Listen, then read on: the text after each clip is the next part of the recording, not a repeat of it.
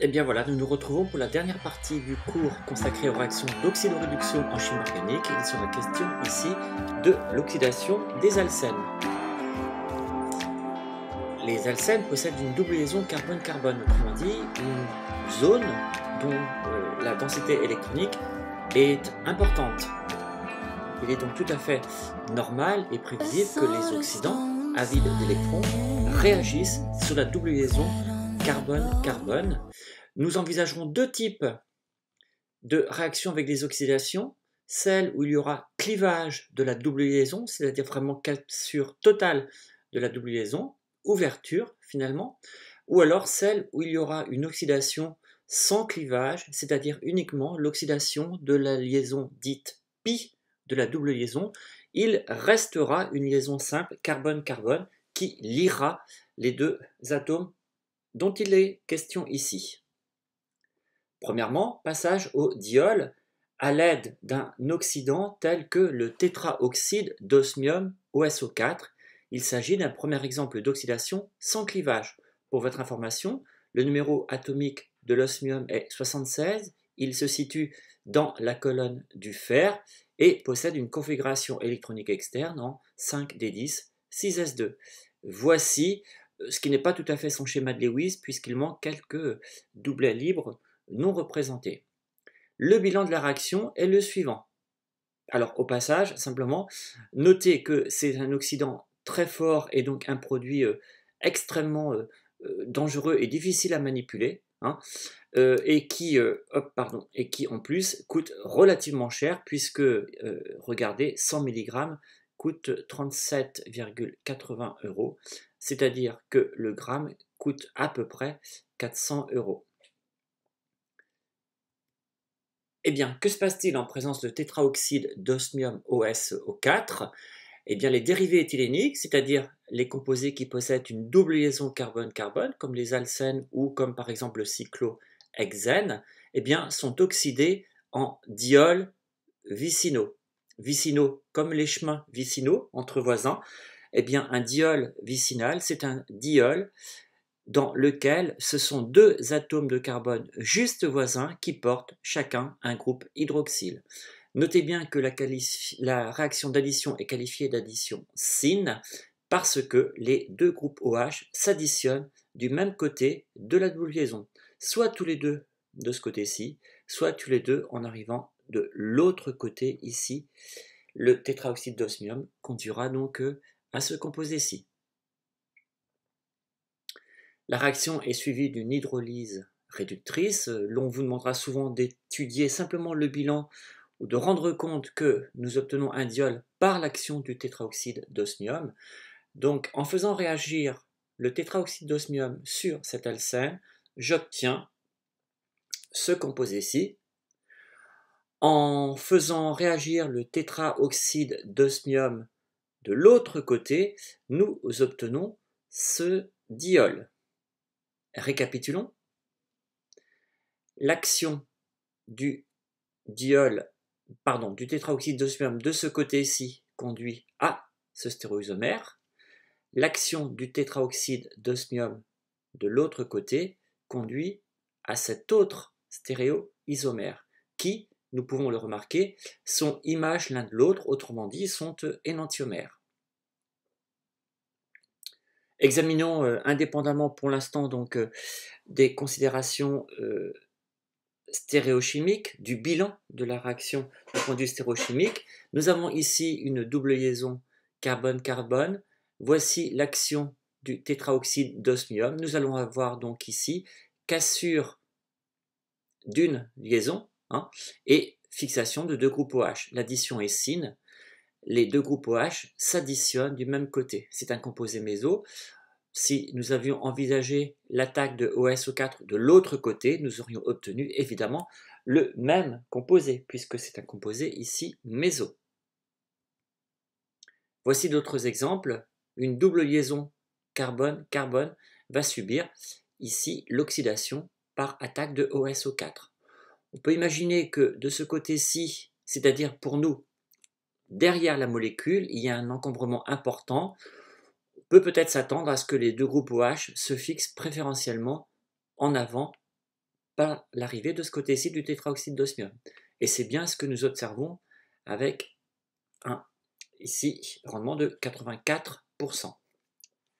Où est la double liaison? Ici, il va y avoir ouverture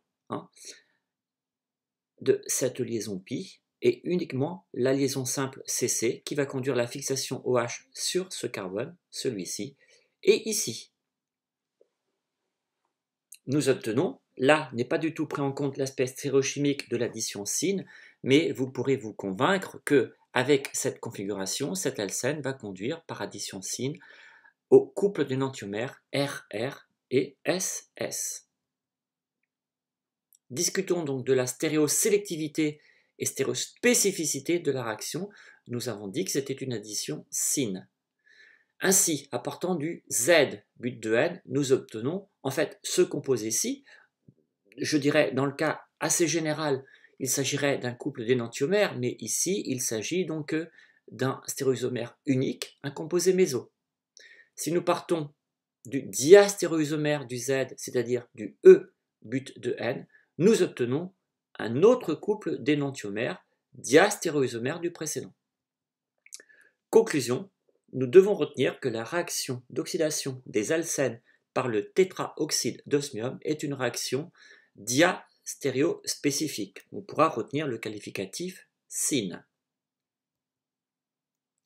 Le tétraoxyde d'osmium est extrêmement cher et extrêmement toxique. Eh bien, des chimistes ont développé des bilans dans lesquels le tétraoxyde d'osmium est utilisé en quantité catalytique en présence d'un co-catalyseur indispensable. OSO4 est un oxydant puissant, il est réduit et il va être reformé par une réaction d'oxydation. Voici un exemple de bilan dans lequel, même si nous n'interprétons pas tout ce qui est écrit ici, nous nous rendons compte que cet alcène va par dihydroxylation syn conduire à ce couple d'énantiomères. Il est possible de décrire un cycle catalytique puisque nous venons de dire que le tétraoxyde d'osmium est utilisé de façon catalytique en présence d'un co-catalyseur. Tout commence par évidemment l'implication et de l'alcène et du tétraoxyde d'osmium. Il y a réaction entre l'alcène et le tétraoxyde d'osmium. L'alcène est oxydé, conduit donc au diol par addition syn, tandis que le tétraoxyde d'osmium est lui réduit en OS, O2, OH2 qui pourra s'écrire, on verra un petit peu plus loin par exemple dans un autre exemple, H2OSO4, c'est exactement la même chose. Il va falloir oxyder cette espèce de façon à retrouver le tétraoxyde d'osmium. Et c'est donc ici que nous allons trouver le co-catalyseur. Le co-catalyseur est par exemple la N-oxyde de N-méthylmorpholine. C'est un oxydant qui va oxyder cette espèce pour donner celle-ci et pour donner donc OSO4. Que peut-il de nouveau se passer? OSO4 peut réagir avec une nouvelle molécule d'alcène. Vous voyez, le cycle catalytique se trouve ici. Et il faut utiliser le co-catalyseur en quantité au moins stoichiométrique, puisque à chaque fois que sera consommée une molécule d'alcène, nous devrons régénérer OSO4. Voici donc le bilan, si vous voulez, faisant apparaître le cycle catalytique. Deuxième banc, passage au composé carbonylé, coupure oxydante des diols par les ions périodate. Voici le schéma de Lewis de l'ion périodate de formule I au 4 mois, associé avec le cation Na+. Vous aurez donc souvent dans un bilan l'action de NaIO4. Il s'agit là de remarquer que NaIO4 est un oxydant qui va casser la liaison simple CC restant, je dirais, après la formation du diol. Donc un diol vicinal peut être oxydé par NaIO4 pour donner les deux composés carbonylés, l'un avec cette double liaison CO, l'autre avec cette double liaison CO, les deux atomes C étant originellement ceux de la double liaison carbone-carbone. Donc notez la rupture ici, la formation de la double liaison, avec donc les deux radicaux R1 et R2, la rupture donc, la formation de la double liaison ici, et les deux radicaux R3, R4. Exemple, voici le diol CC, nous allons avoir une rupture de la double liaison à ce niveau-ci. Et donc formation d'un composé qui aura 1, 2, 3, 4 atomes de carbone, la double liaison se forme ici. Quel est l'atome que nous ne voyons pas? C'est un atome d'hydrogène. Nous allons donc former du butanal. Et de ce côté-ci, la double liaison se forme ici. Nous ne voyons pas les deux atomes d'hydrogène qui donnent ici donc du méthanal. Autre exemple, à partir de NaIO4 sur ce diol, rupture de la double liaison, 1, 2, 3, 4, nous allons former de la butanone et 1, 2 de l'éthanal. Enfin, le composé peut être cyclique, il y aura ouverture de la double liaison ici, nous ne voyons pas un atome d'hydrogène, un autre ici, et nous allons former donc un dialdéhyde avec au total 1, 2, 3, 4, 5 atomes de carbone. Je vous invite à les compter et à bien vérifier que vous retrouvez ceci après rupture de la double liaison, et vous obtenez donc du 1, 2, 3, 4, 5, c'est bien ça, du pentane dial. Il n'est pas nécessaire de préciser 1 et 5 puisque ça ne peut être que la position des deux fonctions aldéhydes. Voici donc les différents bilans que vous pourrez réétudier tranquillement. Conjuguons, j'allais dire, les deux réactions que nous venons d'étudier, à savoir la présence d'OSO4, le tétraoxyde d'osmium, et en présence d'ion périodate, le tétraoxyde d'osmium étant utilisé en quantité catalytique. Voici l'article, une partie de l'article traitant de cette oxydation. C'est un article paru en 1956 et dans lequel l'on citait le mieux la réaction ici avec coupure vraiment, j'allais dire, dès le début de la double liaison carbone-carbone est appelée coupure oxydante de Lemieux-Johnson. Voici le bilan. Dans le cas de cette réaction d'oxydation de Lemieux-Johnson, la double liaison CC est rompue et l'on obtient les deux composés carbonylés. Vous reconnaîtrez les conditions expérimentales ici avec le solvant qui est soulevant un mélange de dioxane et d'eau. Voici le tétraoxyde d'osmium en quantité catalytique et puis qui va probablement jouer, j'allais dire au moins le rôle de co-catalyseur, le périodate de sodium. Donc en large excès pour avoir davantage que les proportions stoichiométriques. Vous imaginez donc la rupture de la double liaison et donc la formation à gauche d'un premier composé carbonylé qui peut être une cétone si les groupes R1 R2 sont des groupes alkyles, et de ce côté-ci, la formation d'un aldéhyde à la condition, bien sûr, que l'un des deux groupes soit un atome d'hydrogène. Si R2 était un aldéhyde, un atome d'hydrogène, nous obtiendrions deux aldéhydes évidemment. R4 conduirait à une autre cétone. Il est possible là aussi de rendre compte de ce que l'on observe à partir de la construction d'un cycle catalytique mettant en évidence la réaction d'oxydation de l'alcène par OSO4. OSO4, comme tout à l'heure, va être réduit en H2OSO4, tandis que l'alcène est oxydé en diol.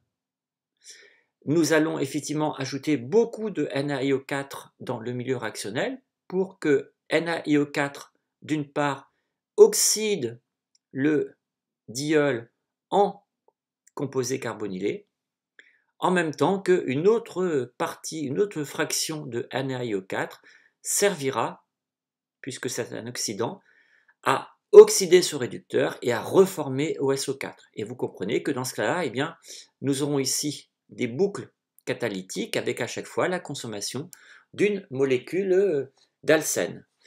Voici donc en fait l'alcène qui finalement à la fin de la réaction est oxydé en composé carbonylé, tandis que OSO4 réagit et est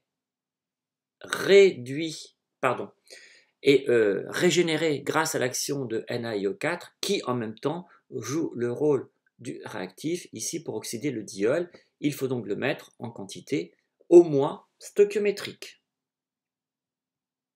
Voici quelques exemples. OSO4 catalytique en présence de NaIO4, il y a rupture ici de la double liaison et vous formez donc ces deux composés carbonylés.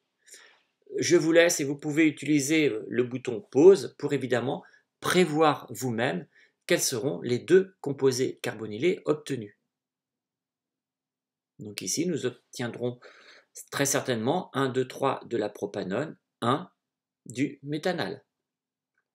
Alors deux produits, parfois un seul puisque nous avons un composé cyclique qui va s'ouvrir et donner ici, alors 1, 2, 3, 4, 5, 6, il s'agira donc de l'hexane dial par rupture de la double liaison.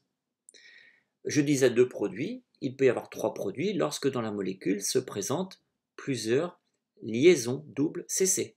Une première rupture qui va donner donc ici du méthanal, puis 1, 2, 3 du propanal, puis 1, 2, 3 du propanal. 1, 2, 3. 1, 2, 3. Mais sachez, remarquez ici que nous aurons deux fonctions aldéhydes dans la molécule. Et voici donc ce que nous obtenons. Pardon, il s'agit d'une fonction cétone et d'une fonction aldéhyde. Bien. Continuons. Voici la table des matières du chapitre 12 d'un livre de chimie organique qui s'appelle le Caressenberg. Et dans le Caressenberg, un chapitre est consacré aux oxydations. Vous remarquerez que dans le chapitre que nous terminons, eh bien, nous n'avons vu que quelques réactions d'oxydation des alcools ou des alcènes, tantôt aussi des réactions de réduction, mais vous aurez encore eh bien, d'autres chapitres, l'an prochain en particulier, pour envisager d'autres réactions, d'autres composés en chimie organique dans d'autres conditions. Pour cette année, eh bien, nous avons terminé l'étude des réactions d'oxydoréduction en chimie organique,